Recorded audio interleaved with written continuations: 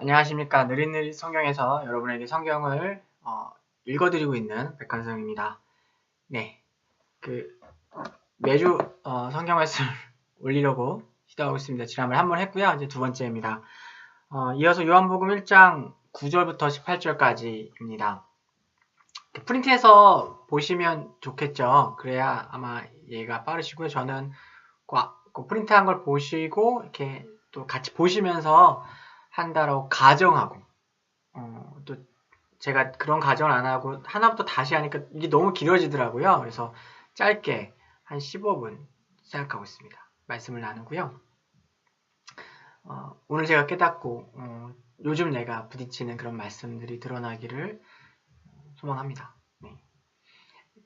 제가 목회 생활 전도사하고 목사하면서 한 600에서 한 700편의 설교를 한 것 같습니다. 대충 계산해보니까 그 정도 했더라고요. 과거의 설교가 아니라 계속해서 말씀 사역자여서 성장하고 잘할 수 있을까? 아니, 잘하고 싶다라는 마음이 제 마음에 가득합니다.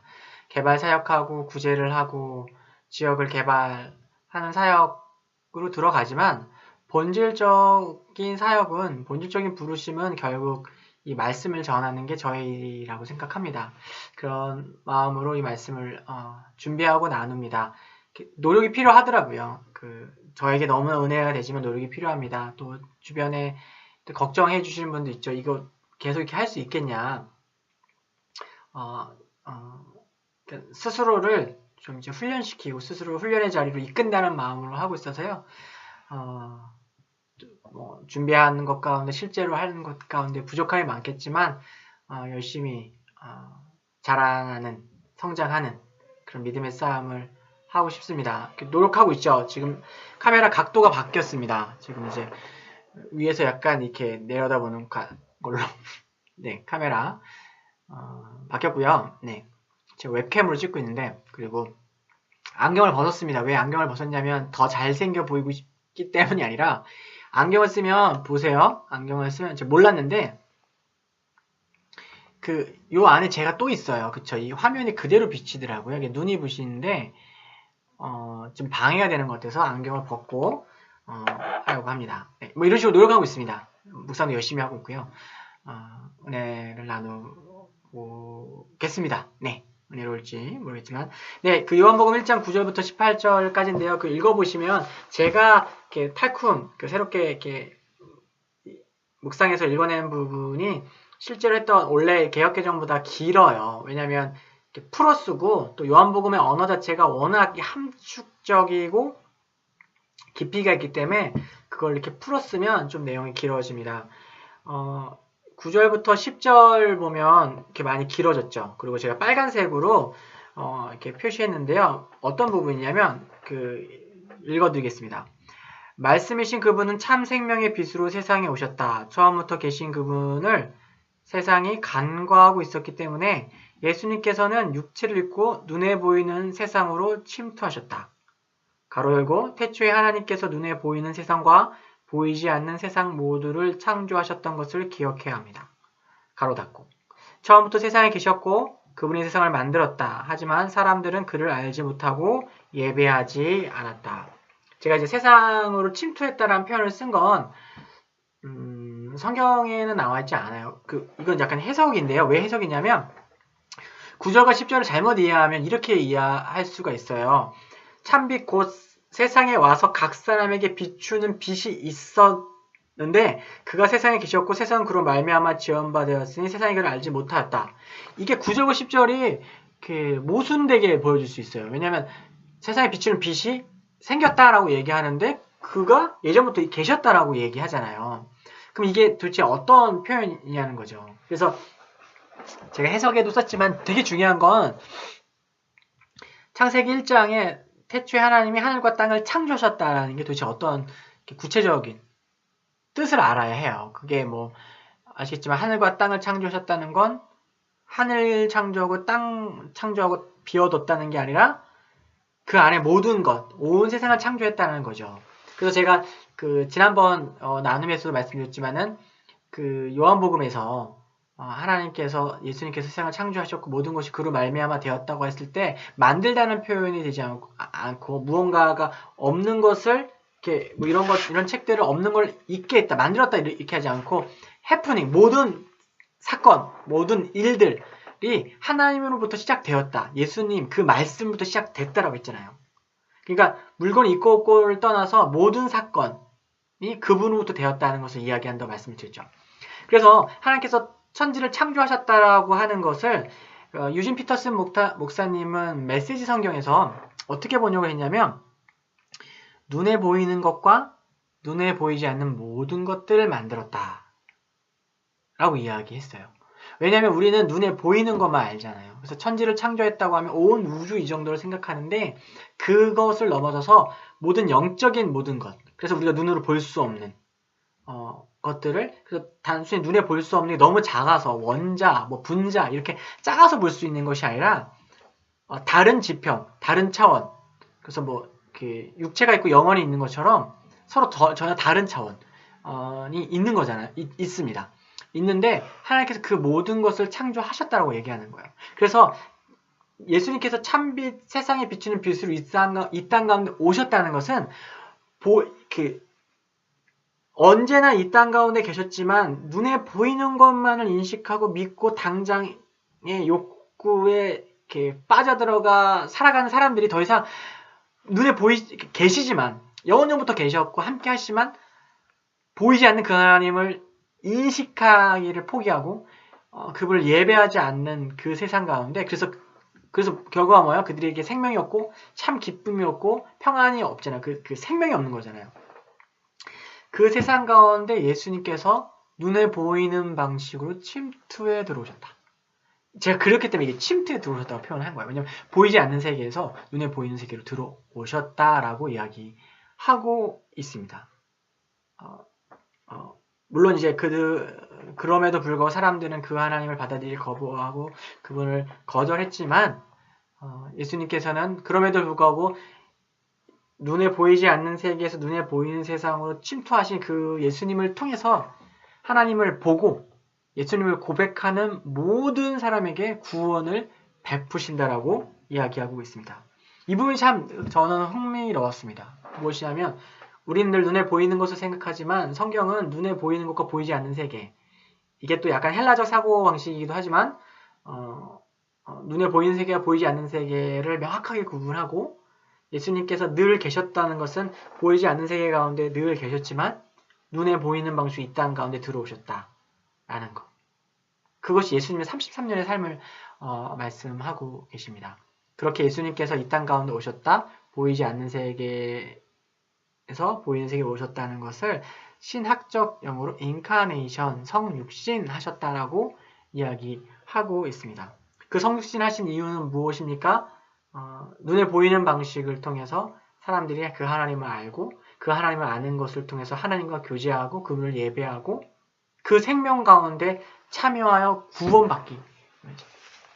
물론 이제 또 구원의 개념을 이야기하면서 구원이 당장 천국 가는 내가 죽을 때 일종의 무슨 종신보험처럼 내가 죽으면 5천만 원 이렇게 딱 들어오는 그런 종신보험 같은 건 아니죠.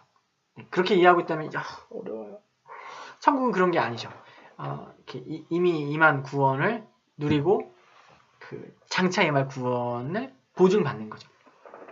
아무튼 제가 지금 몇 번째 지금 이걸 녹음을 좀 처음이라 시행착오를 하는데 이게 막 1시간씩도 길어지더라고요. 근데 그러면 듣기 어려우시겠죠. 그래서 핵심되고 포인트된 거를 같이 이야기하고 그 나머지는 뭐야 다르네? 새롭네? 하는 부분들은 좀 이게 말씀을 들으신 분들이 직접 묵상하고 성경을 읽어보시도록 제가 가이드하는 게 요 자리.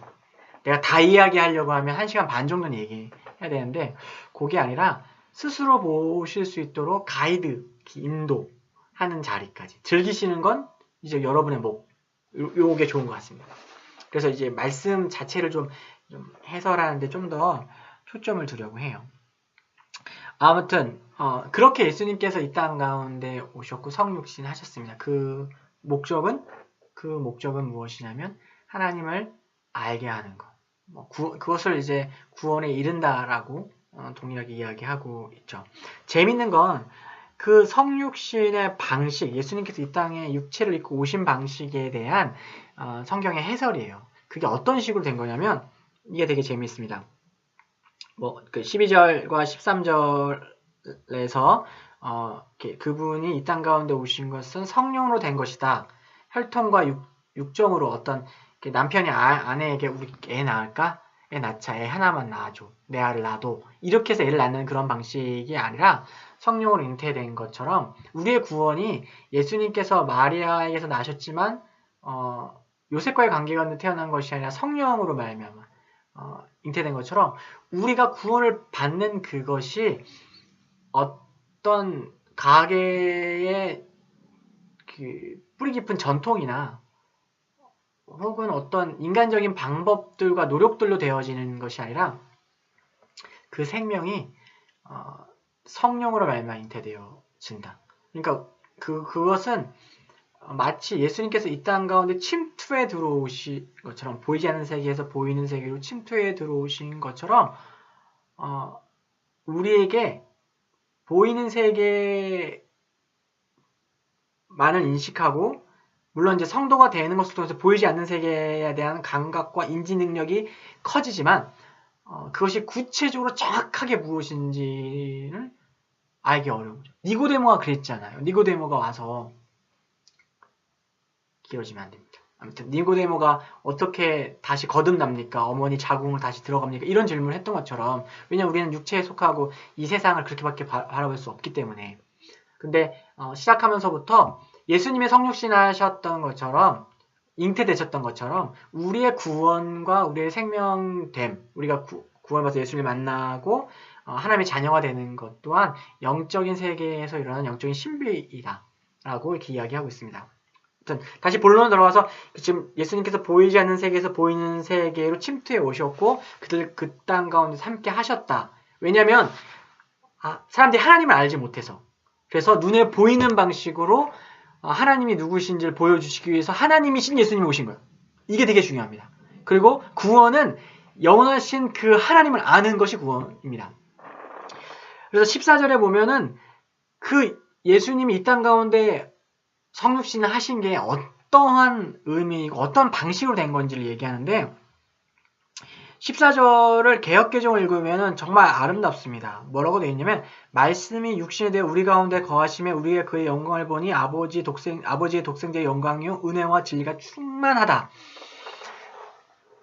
이게 되게 함축적인 언어로 되어 있고 신학적 그런 전제들을 이렇게 깔고 들어가 있어요. 그거를 이렇게 풀었으면은 어떻게 되냐면 14절을 제가 이제 탈쿰한 걸로 읽어보시면요. 이렇게 돼요.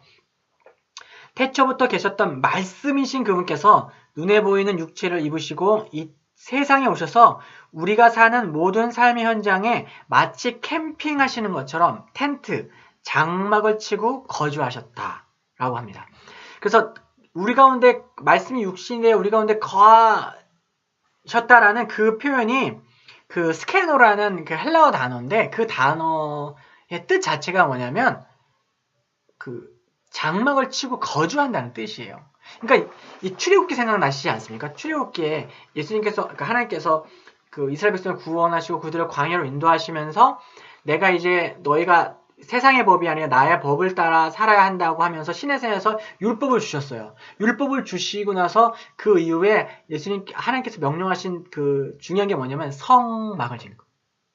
그 성막을 통해서 그 성막이 움직이는 곳을 따라서 너희들은 가고 성막을 중심으로 너희가 살아야 한다. 왜냐면 그 성막은 눈에 보이는 하나님의 임재였어요. 그 성막을 주셨던 건 하나님이 너희와 지금 오늘 이 광야 가운데 너희 인생길 가운데 함께하고 있다. 그 성막의 모든 제도들을 설명하면 또 길겠죠. 그래서 설명 안 하려고요. 그래서 나중에 필요하면 또 하겠습니다. 핵심될 때. 그 성막을 통해서 하나님을 어떻게 예배하고 하나님이 어떤 분이신지가 드러났어요. 계시됐어요. 그것처럼 출애굽기에 그랬던 것처럼 지금 예수님께서 진짜 그 그림자 같았던 그 성막의 모형이 아니라 본체이신 그분이 이 땅 가운데 마치 장막을 짓는 것처럼 오셔서 우리 가운데 거하셨다는 거예요. 그것이 예수님이 사셨던 그 33년의 이 땅 가운데 생애이고 특별히 3년간의 공생의 삶을 이야기하는 거예요. 그래서 근데 그거를 장막을 치고 거주하셨다고 이야기하고 있어요. 이게 그러면 우리는 그럼 예수님 시대에 살았던 사람만 그렇게 할 수 있는 거냐? 그렇게 생각하게 되잖아요. 근데 그걸로 끝나는 것이 아니라 예수님 시대엔 예수님께서 장막을 치고 그 땅 가운데 사신 것처럼 그 장막은 육체를 의미합니다. 옷을 이렇게 입고 걷는 것처럼 성경적 의미에서 우리의 육신은 옷과 같아요. 우리 영혼의 옷과 같거든요. 예수님께서 그 보이지 않는 세계에 계셨던 분이 보이는 그 방식으로 우리 가운데 함께하기 위해서 육체를 입으셨어요. 그래서 그것을 장막을 쳤다라는 식으로 지금 이렇게 표현을 하고 있습니다. 그래서 그렇게 거주하시면서 그 하나님이 누구신지 아주 그 본질, 하나님을 알 수 있도록 하나님을 드러내셨어요. 그래서 사랑과 은혜가 충만하고 실패하지 않는 사랑을 하고 언약이 신실하시고 약속을 언제까지나 지키시는 분, 그 예수님의 하나님의 성품과 능력과 그 본질을 예수님이 제자들에게 보여주셨고 그것이 기록되었고 그것을 보는 우리는 그것을 보는 것을 통해서 예수님을 보고 예수님을 보는 것을 통해서 하나님을 보게 되는 겁니다. 그리고 오늘날 우리가 구원을 받았을 때 성령께서 우리 영혼 가운데 내주하시죠. 임마누엘 하십니다. 마치 잠시 텐트를 치고 거류하는 것처럼. 그래서 우리 안에 계신 그 성령을 통해서 거주하고 계신, 장막을 치고 계신 예수의 영, 그 성령을 통해서 우리는 하나님을 알게 되고 우리 영 가운데, 우리 속사람 가운데 계신 그 예수의 영이신 성령을 쫓아서 광야 같은 오늘의 인생길을 또 살아갈 수 있게 하신 겁니다. 그리고 계시되어 있는 기록된 그 성경을 통해서 우리가 육체로 오신 예수님을 직접 보지 못하지만 그 육체로 오셔서 보여주고 싶고 드러내시고자 하셨던 그 하나님의 모습을 정리한 게 성경입니다. 특별히 사복음서가 그겁니다. 그렇기 때문에 그 복음서와 말씀을 통해서 예수님을 보고 예수님을 통해서 우리는 하나님을 보게 되는 거죠. 그리고 하나님을 알게 되고 그분을 쫓게 되고 그분을 예배하게 되죠. 그것이 바로 구원입니다. 장막을 치고 우리 가운데 계셨다는 것은 너무나 놀라운 표현입니다. 흥분되는 표현입니다. 세례요한이 그렇기 때문에 예수님을 나보다 먼저 계신 분이라고 이야기할 수 있는 거예요. 세례요한에게는 보이는 세계와 보이지 않는 세계에 대한 인식이 있었죠. 그래서 자신보다 6개월 늦게 태어났고 사역적으로 훨씬 늦게 시작했던, 또 명성을 훨씬 늦게 얻기 시작했던 그 예수에 대해서 예수가 오기 전부터 증거하고 예수가 왔을 때 저 사람이 그분이다 라고 증거하면서 이분이 나보다 타고나신 것은 그분이 나보다 먼저 있었기 때문이다 라고 고백했습니다.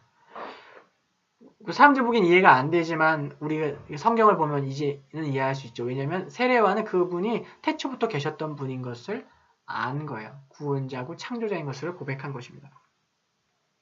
그래서 우리는 그분의 충만하심 안에서 넘치도록 은혜를 받고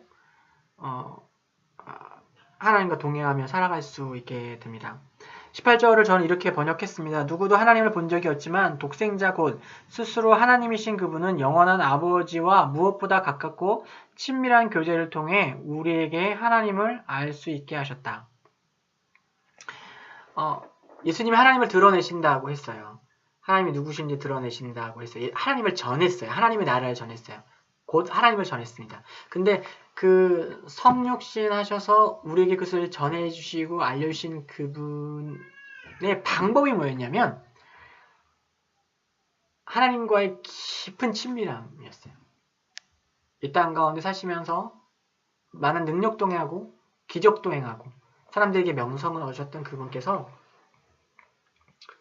그 삶 가운데서 하나님과 친밀한 무엇보다도 가까운 교제를 누리시는 것을 보여주심을 통해서 그 하나님을 전해주셨다. 하나님을 우리가 알게 하셨다라고 이야기하고 있습니다.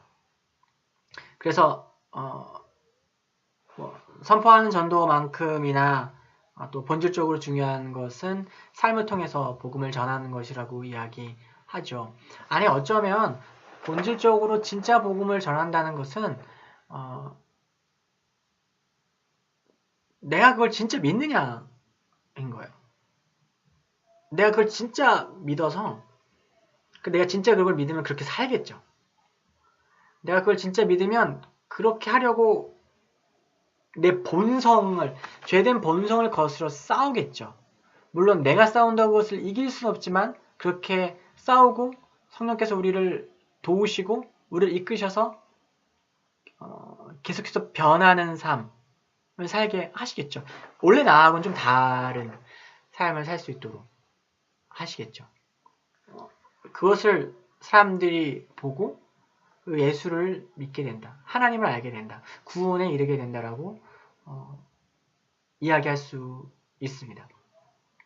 저는 이 말씀을 통해서 제 안에는 오늘 본문에서는 저에게 세 가지가 되게 포인트였어요. 첫 번째는 보이지 않는 세계의 영원전부터 계셨던 부분이 이 세상으로 침투해 오셨다. 선교사라는 게 그렇잖아요.